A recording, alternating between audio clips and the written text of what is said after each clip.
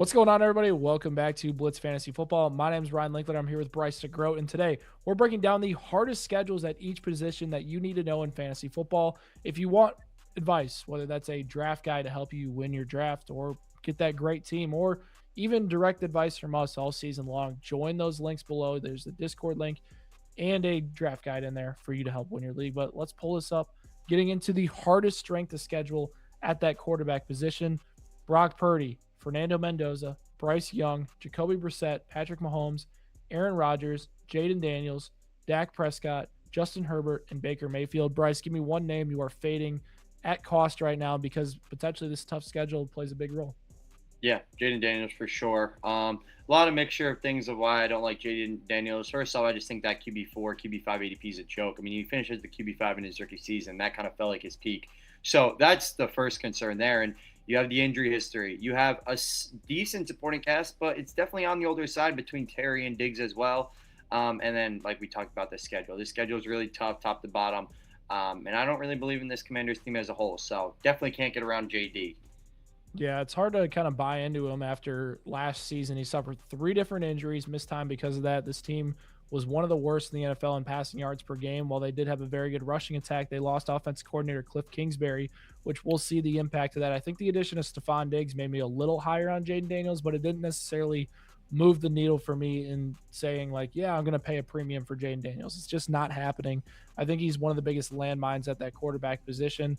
I would say on this list, because there is a lot of quarterbacks that I do like at cost despite these schedules, I would say Baker Mayfield's another guy I find myself bullish on this year. I think with where he's being priced around the likes of a Jared Goff, Kyler Murray, Tyler Shuck, you see Brock Purdy go in that range as well. It's hard for me to justify drafting Baker Mayfield when there's just so much talent and guys that I trust a little bit more than Baker. I think this could be a good year for Baker, considering the fact that everybody in Tampa is doubting him in the front office.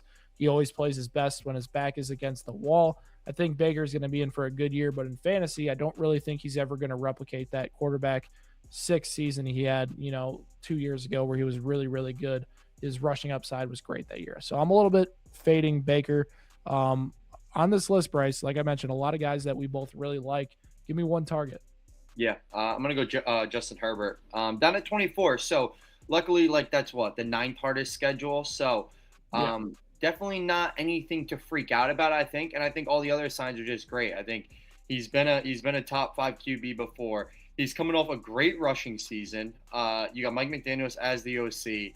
The O-line finally healthy again. I mean, last year the O-line fell apart. This guy was in shambles every which way. But I like Justin Herbert a lot, especially at ADP. I think he's a sneaky MVP candidate for sure.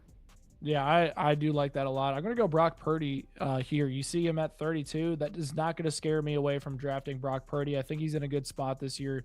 He's been a quarterback one every single year in terms of points per game. He just needs to stay healthy. And I know there's going to be a lot of people that are concerned about the 49ers pass catchers being hurt. Kyle Shanahan's going to put him in a good position to succeed. So at his quarterback 14 price, he's a good target, despite that tough schedule. Let's move on to the running backs here. Starts off with Chuba Hubbard, Jeremiah Love, James Cook, J.K. Dobbins, Chase Brown, Ashton Genty, Bijan Robinson, Christian McCaffrey, Jalen Warren, and Bucky Irving. Bryce, there's a lot of big name fantasy running backs among this grouping. Who are you fading? Yeah, I'm gonna just bang out two actually. We're gonna go Christian McCaffrey and Jeremiah Love. Want to bang out both because they're in a similar mindset as each other. I mean, not only do they have tough schedules, but they also have injuries right now that are very concerning. CMC hasn't practiced in a week as we make this on Monday afternoon. He hasn't practiced in a week. And then Jeremiah Love has an ankle injury that progressively got worse despite him doing absolutely nothing and kind of becoming a bigger concern. So I think they both have a tough schedule, have a tough injury concern, tough schedule, tough injuries, and then they each have other reasons why I think they're a little overvalued. Between Jeremiah Love and a really packed Cardinals offense, it's going to be down. And Christian McCaffrey, injury history, 30 years old, going to steal red zone work, efficiency numbers dropping. I think they both just have red flags, and the schedule's only on top of that. So those are two running backs I'm fading. Yeah, I have my own reasons to fade those guys as well. I think McCaffrey's scary because of all the touches he had last year. I've seen him go as high as the third pick in some of these mock drafts. So you're definitely paying a premium for Christian McCaffrey still, despite the added risk. I would say on this list, I'll go two guys as well in the category because they think they're very similar. As Chuba Hubbard and Bucky Irving are two running backs that regressed over the last year a lot, and their fantasy value is kind of lower this year entering the year. And people are like, well, Bucky Irving, who's ADP on sleepers in the third round, ESPN, he's in the fifth. Like, he's just a mixed bag right now with where he's going. I have my concerns. He was really bad efficiently when he returned from that injury last year. Kenneth Gainwell is already going to have a massive role in this passing game for this team. And then Chuba Hubbard, Jonathan Brooks, he's playing right now. Hubbard's hurt. And even before that, there was a 50-50 split in the backfield, despite Chuba Hubbard having that contract extension one off season ago. So I think I'm concerned with both those guys. Who in this list are you still targeting? Ooh.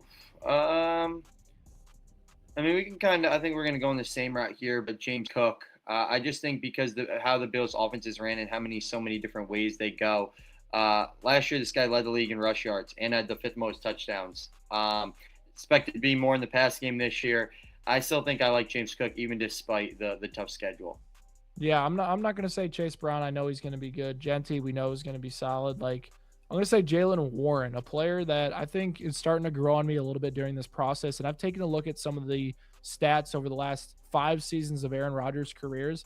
All these running backs have been solid RB2s because of the receiving work. And Jalen Warren is likely in for some solid receiving work in Pittsburgh with Aaron Rodgers. I don't think Rico Dowdle will be the third down back. I think he'll be the early down back, which makes Jalen Warren incredibly valuable. And we saw Kenneth Gainwell win leagues down the stretch because of his receiving ability. I would not be fading Jalen Warren in his 7th-round cost. I do think there is a little bit of value there, drafting him as your third running back potentially, or even if you're going really wide receiver heavy, that you can snag him as well. So the wide receivers, you lead it off with Puka, CeeDee, Mike Evans, Terry McLaurin, Jalen Waddle, Marvin Harrison Jr., Rashee Rice, A.J. Brown, Trey Tucker, Ladd McConkey, Bryce. Similar to those running backs, a lot of big names, and these are the teams. This is not just the specific players, but the teams that have the toughest schedules.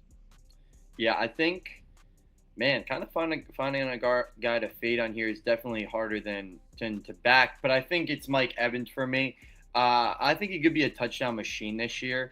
I just go back to with the 49ers, like the injury history, the age. It's a pretty packed offense.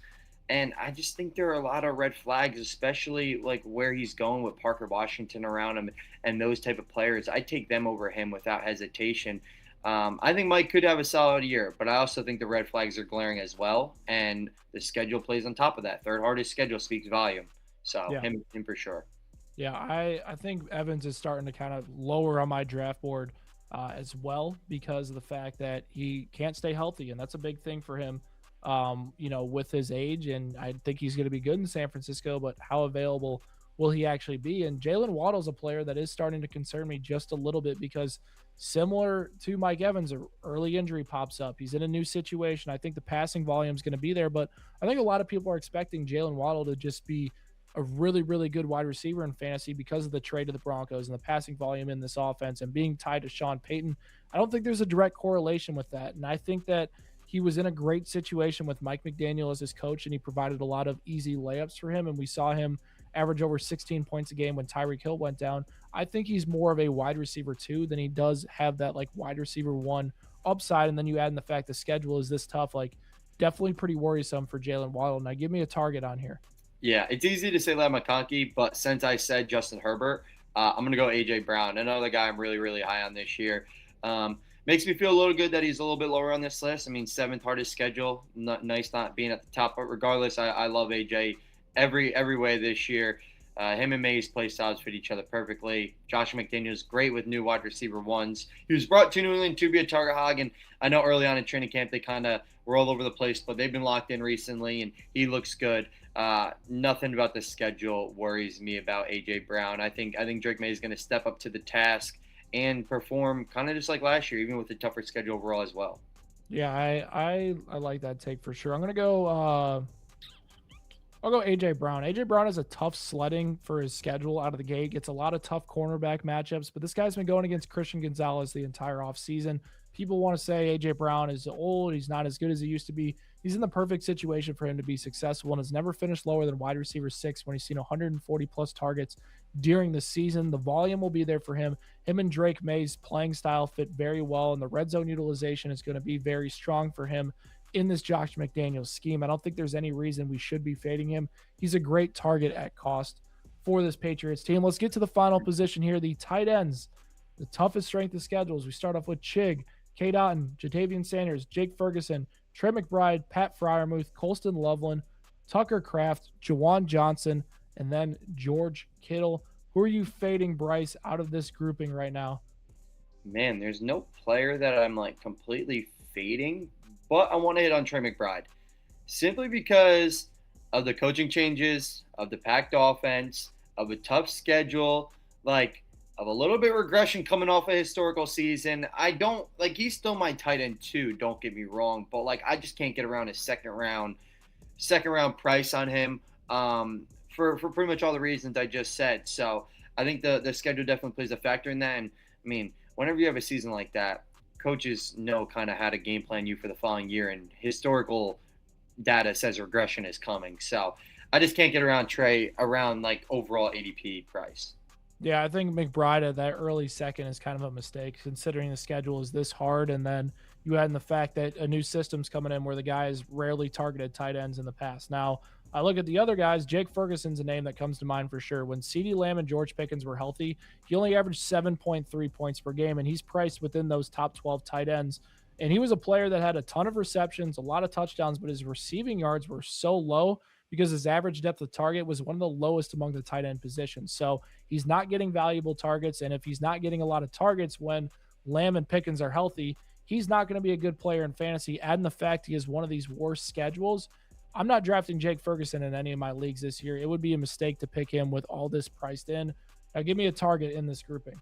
Yeah, I don't know how I kind of missed him. I kind of skimmed past him, but I agree on Jake for sure. But a target, I'm going to go with Tucker Kraft. He's looking good in camp, expected to play week 1. And people forget last year this guy was the tight end 1 from week 16. Before he got hurt last year, was the tight end 1 averaging over 16 points a game until he got hurt in week 9. This guy's a beast. He's super talented. I really view him as like a younger George Kittle 2.0.